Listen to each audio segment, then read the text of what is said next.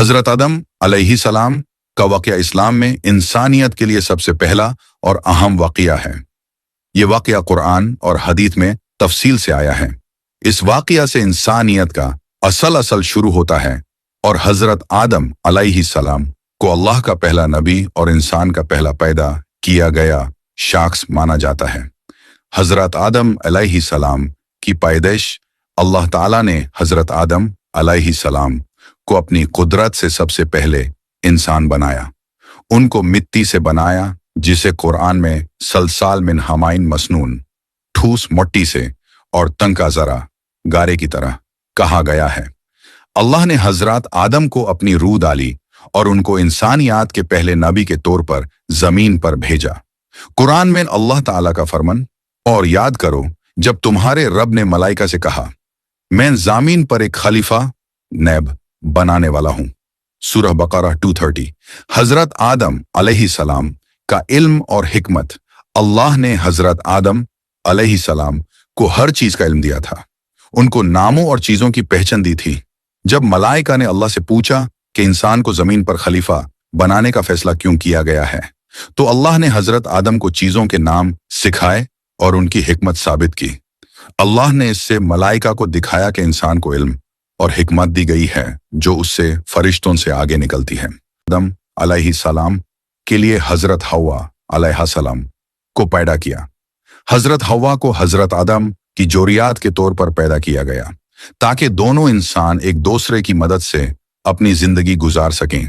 قرآن میں اس کا ذکر نہیں ہے کہ حضرت حوا کو کس طریقے سے پیدا کیا گیا، لیکن حدیث میں آتا ہے کہ حضرت حوا حضرت آدم کی ایک رب پڑی سے پیدا ہوئی تھی۔ جنت میں رہنا، اللہ نے حضرت آدم علیہ السلام اور حضرت حوا علیہ السلام کو جنت میں رہنے کا حکم دیا۔ ابلیس کی شیطانی فطرات اور جنت سے نشٹ۔ ابلیس جو پہلے ایک ورشپر تھا، اللہ کی عبادت کرتا تھا، انہوں نے اپنی تکبر اور گھمنڈ کے وجہ سے اللہ کی حکومت سے انکار کر دیا۔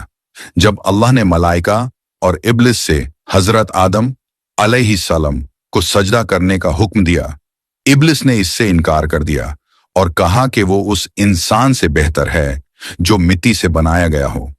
قرآن میں اللہ تعالیٰ کا فرمان، اور اللہ نے کہا تم دونوں آدم اور حوا جنت میں نہ رہو اور جتنا چاہو اس میں سے کھاؤ، سورہ بقرہ 2-5 ہے۔ اور ابلیس نے کہا میں اس سے آدم سے بہتر ہوں، تو نے مجھے آگ سے بنایا اور اسے مٹی سے بنایا، سورہ اعراف 7:12۔ شیطان نے حضرت آدم اور حضرت حوا کو ابلیس کی طرح غلط رستہ دکھایا اور ان کو اس ٹری کا پھل کھانے کی طرف رغبت دی۔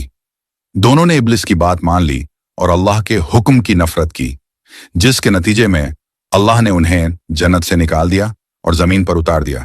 قرآن میں اللہ تعالیٰ کا فرمان، پھر دونوں نے اس سے شاجر کا پھل کھایا تو ان کی اور ان کے لباس کی حفاظت چالی گئی اور دونوں اپنے اپنے آپ کو جنت کی جھدیوں سے چھپا رہے تھے، سورہ اعراف 7:22۔ زمین پر اترنا اور توبہ۔ زمین پر اتارنے کے بعد حضرت آدم علیہ السلام اور حضرت حوا علیہ السلام نے اپنی غلطی کا احساس کیا اور اللہ سے توبہ کی۔ اللہ نے ان کی توبہ قبول کی اور ان کو زندگی گزارنے کی اور اللہ کی رحمات کی طرف رستہ دکھایا۔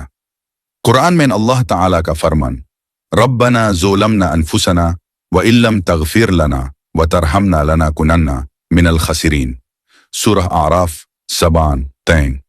ہم نے اپنے آپ کو ظلم کیا، اگر تو ہماری مغفرت نہ کرے گا اور ہمارے ساتھ رحمت نہ کرے گا تو ہم گھاٹے میں ہو جائیں گے۔ حضرت آدم علیہ السلام کا نبی بننا۔ حضرت آدم علیہ السلام کو اللہ نے اپنا نبی بنا کر انہیں زمین پر بھیجا۔ ان کو وحی ریویلیشن دی گئی جو انہوں نے اپنے بادشاہیوں کو دی۔ حضرت آدم علیہ السلام کو انسانیت کے لیے سب سے پہلا پیغام دیا گیا تھا۔ زندگی کا سفر۔ حضرت آدم علیہ السلام نے اپنی زندگی اللہ کے حکم کے مطابق گزاری۔ انہوں نے اپنے بچوں کو علم اور ہدایت دی اور اللہ کی عبادت میں مصروف رہے۔ ان کو اللہ نے 930 سال کی زندگی دی۔ حضرت آدم علیہ السلام کی وفات کے بعد ان کے پتر حضرت شیس علیہ السلام کو نبی بنایا گیا۔ خلاصہ، حضرت آدم علیہ السلام